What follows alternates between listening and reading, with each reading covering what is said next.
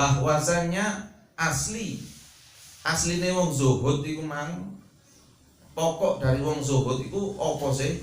Kata beliau, al-ijtinabu 'anil maharimi, yaitu meninggalkan akan segala yang haram ingkang boten pareng kalian Allah Subhanahu wa taala, kabiriha wa shaghira, mbuh iku sing gedhe maupun sing titik cilik kabeh ditinggal. Niku asline pangkal pokoke zuhud. Lek tiyang niku zuhud ninggalaken napa-napa sing haram niku mbuh gedhe mbuh titik sedanten berusaha ditinggalaken kali teng. Kemudian dijelaskan li anna man la wara'a lahu la yasihhu lahu az-zuhud. Karena sesungguhnya barang siapa yang tidak mempunyai akan sifat warok, maka enggak sah itu akan sifat az-zuhud. Memang lak ninggalno gede haram-haram sing gede maupun sing cilik. Nah, warok niki adalah suatu sifat yang mana dia meninggalkan akan yang subahat. Nah, subahat lek misalnya orang ditanggalno, wong biasanya kecekok apa lek ngarani, akhirnya mlebu nang barang haram. Nah, makanya sing cilik-cilik sing samar iki mang ditinggalkan semua. Lah itu napa? Namine warok. Nah, gambaran itu pundi sih kenten-kenten lek tiyang niku warok. Diceritakan nggih, niki cerita malih. Soalnya cerita niku kadang niku pertama bisa meneguhkan akan hati. Kedua, menyebabkan orang itu biasanya lebih paham. Kadang lek misalnya diparingi teori tok, wong kurang ngerti gambaran iki mangke opo. Tapi ketika diberikan suatu kisah, orang itu langsung paham, akhirnya bisa mengambil pelajaran dari kisah tersebut. Salah satu contoh warok.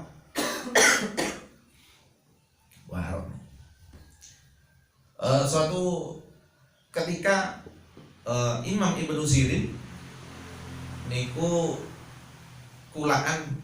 Imam Ibnu Sirin seorang ulama besar, kulaan 40 gentong mentega.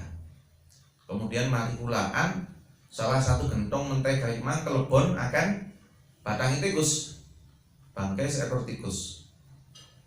Kemudian dilumpukno pegawene kabeh ditakoni, "Teko gentong sing ndi kumang?" Bangkai tikus memang ditokno. Ternyata pegawene lali, orang ngerti. Waduh ya Allah, Imam ngapunten, lali kula wau. Dugi pundi mentega cair memang ono batang tikus ditokno pancen karo salah satu pegawainya. Tapi dari yang mana gak ngerti, jejaknya orang ono. Nah, karena warungnya beliau sing sakmono akeh memang mentega cair dikongkon numplek, dikongkon mendem. Apa gak gelem dodol barang sing subahat. Apa iku mang najis karena kena batange tikus. Ora gelem ngedol, kok saken wong muslimin mangan barang sing najis sing subahat. Dan aku gak gelem dodolan barang sing subahat iman. Lebih baik apa ditumplek ora didol. Niku saking waroke beliau. Nek kula kali panjenengan aja ngono. Pitik tiren buah-buah sing bosok mungkin sing isore super campur wis. Sing pinje jare gak pinje, sing gak pinje jare pinje dan lain-lain sebagainya. Dicampur ya apa carane supaya katut payu.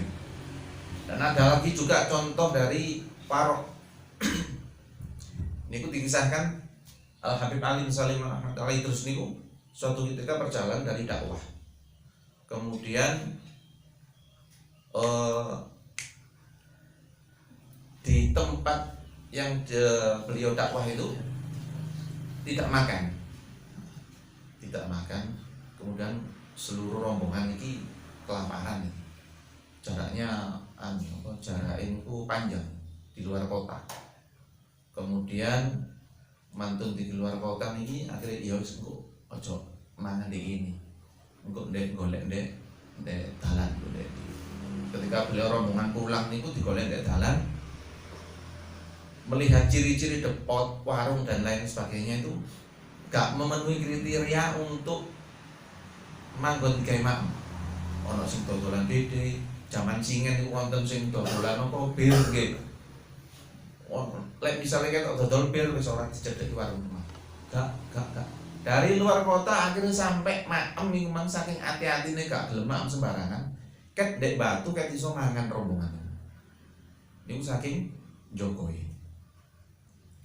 Dan sampai dikatakan pula riwayat Imam Abu Hanifah niki berkaitan dengan warok, bahwasanya beliau enggan, tidak mau untuk ngiyup di rumahnya orang yang mana beliau menghutangi orang tersebut. Suatu ketika udan moro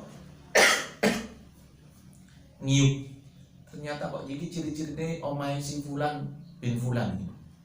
Takon dan murid-muridnya sing padha ngiyup nggih imam niki pancen murid. Lek ngono pindah usah mlaku ora usah ngiyup. Lho udan imam niki udan terus ora apa-apa. Akhirnya nopo ternyata saya tidak mau berteduh di tempat orang yang saya menghutangi. Kuatir nopo? Kullu qardin jara naf'an fahuwa riba. Kok dikena riba? Padahal itu mboten sengaja, saking wis mek ngiyup biasa. Tapi ternyata itu rumahnya orang yang Imam Abu Hanifah menghutangi, wedi lek kena riba. Saking ati Joko riba. Niku napa maksudnya akan warok. Nah, orang yang tidak punya warok maka zuhudnya tidak sah, kata Sayyidina Hamid Al-Laqaf. Kemudian sesudah diberi pokok yang pertama, kemudian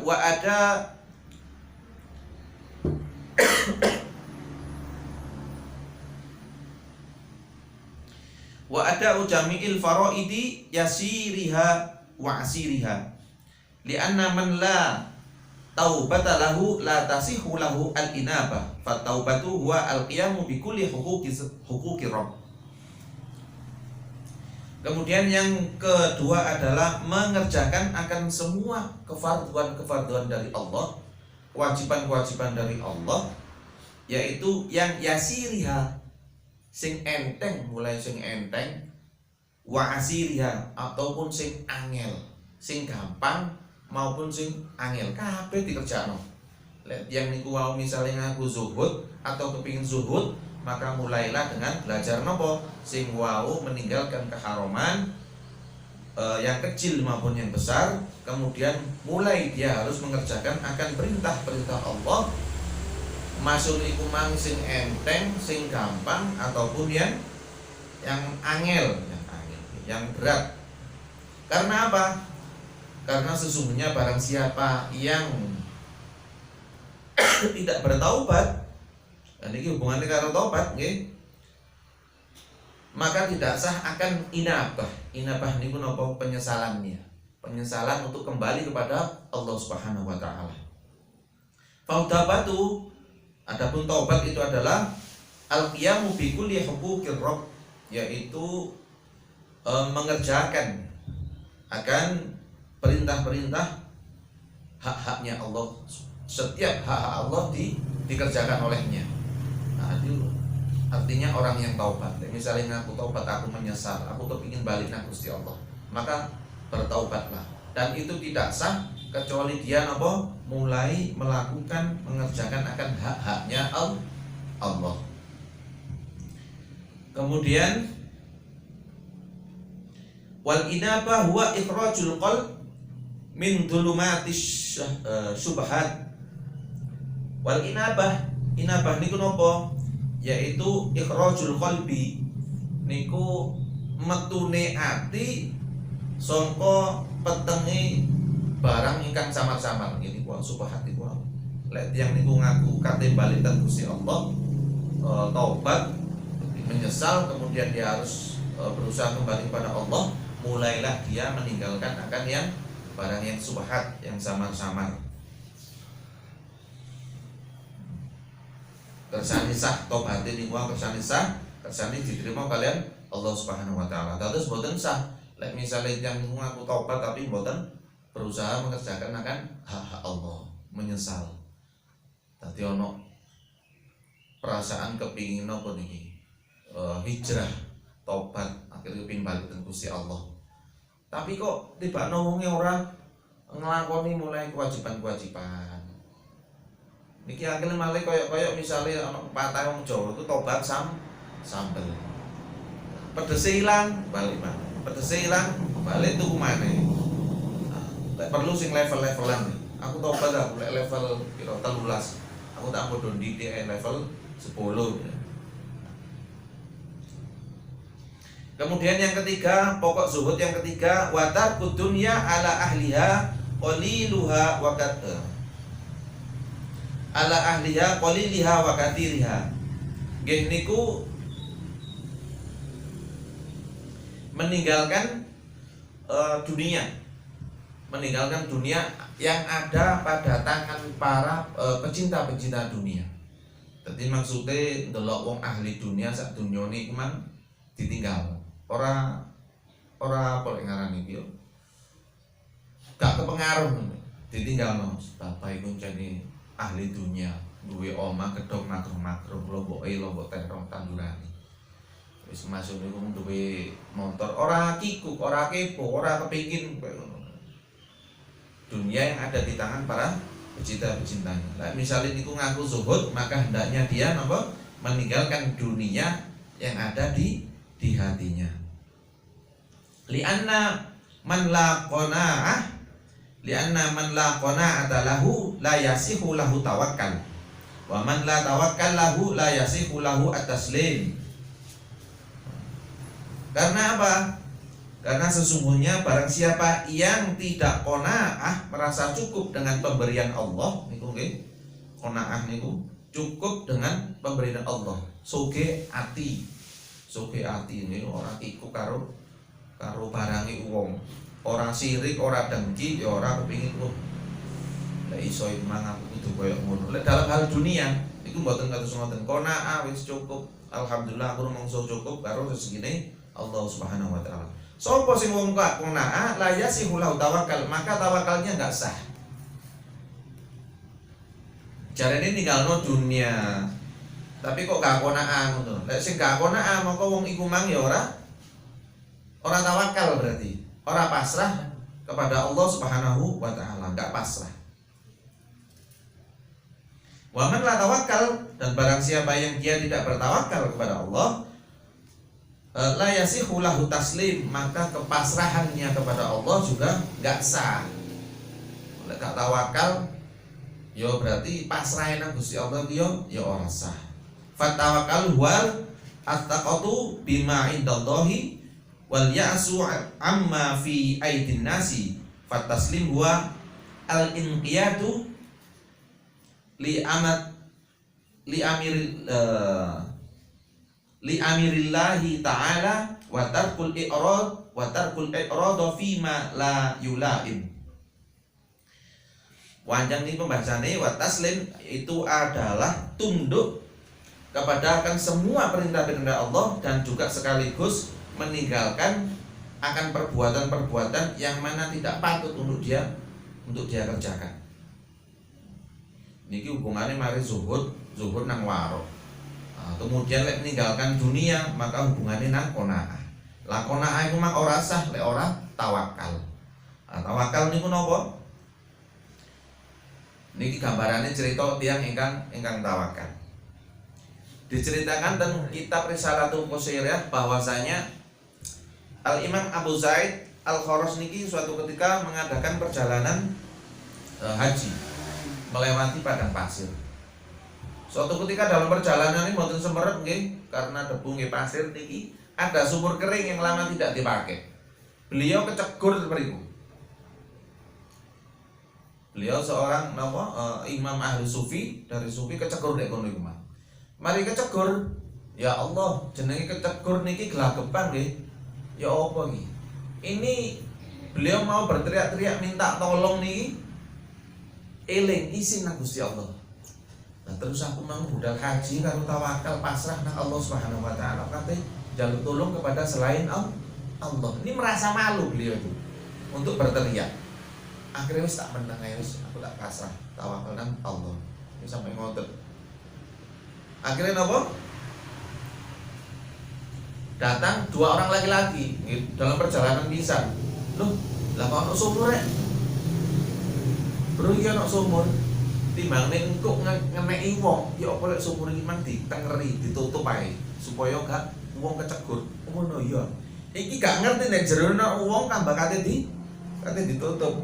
Imam Abu Sa'id Al-Kharos niki wae. Akhirnya dikeki kok jerami-jerami, dikeki tanah ditutup sumur iku. Niki semerep niki Imam Abu Abu Sa'id Al-Khudri ini semprep sakjane kate bengok. Ana wonge ndek kene tolongan kate ngono. Ndek atine itu kate ngono, njaluk tolong. Iku ana wong supaya napa selamat dugi sumur. Lagi-lagi beliau eling tawakal. Isinan Gusti Allah. Kate bengoknya ora sida. Ya Allah. Ya apa iki? Kate mosok kate njaluk tolong nang menungso.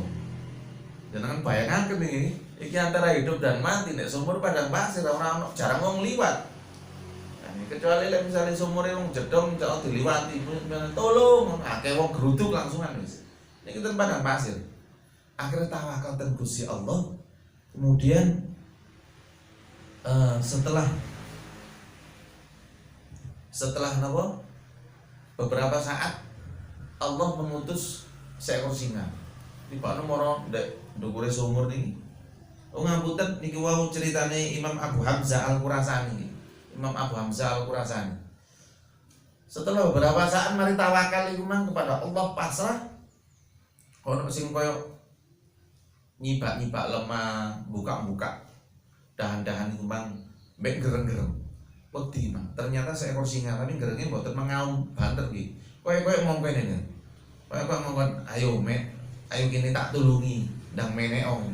Jadi singa tersebut napa menjulurkan akan tangannya nih, singa sing dawa niki mbrumpuk meten. Akhirnya nopo koyo ngerti niki Imam Abu Hamzah Al-Qurasani niki akhirnya koyo ngerti. Oh Masya Allah, iki aku gak njaluk pertolongan, gak sampai bengok-bengok kepada selain Allah, maka Allah koyo iki mengutus ekor singa sing wayahe saja no panganane iki menungso manganane ganti kok tambah nang sumur mengulurkan akan tangannya baik terus koyo ayo cepetan nang ngoten nggih. Akhirnya dicekel iki tangan iku akhirnya ditarik sampai selamat. Setelah kejadian itu mari nulung singone ya moro ngali. Wis moro ngilang. Nah niki napa kekuasaane akan Gusti Allah Subhanahu wa taala. Lah niki beberapa kisah dari akan tawakalnya seorang nih. Tawakal niki tingkatannya macam-macam. Lah niku wau tingkatan 7 pundi, Masya Allah. Niku Masya Allah nih. Lek kula kali panjenengan, waduh, misalnya ngono sedang bongok karepe dhewe sampai mungkin kesel nangis sampai air mata kering paling nggih. Ta mriki ngono waduh sekarang sing banyune entek air mata niki. Gawe napa jual ditulung mbek nangis-nangis. Kemudian dikisahkan tentang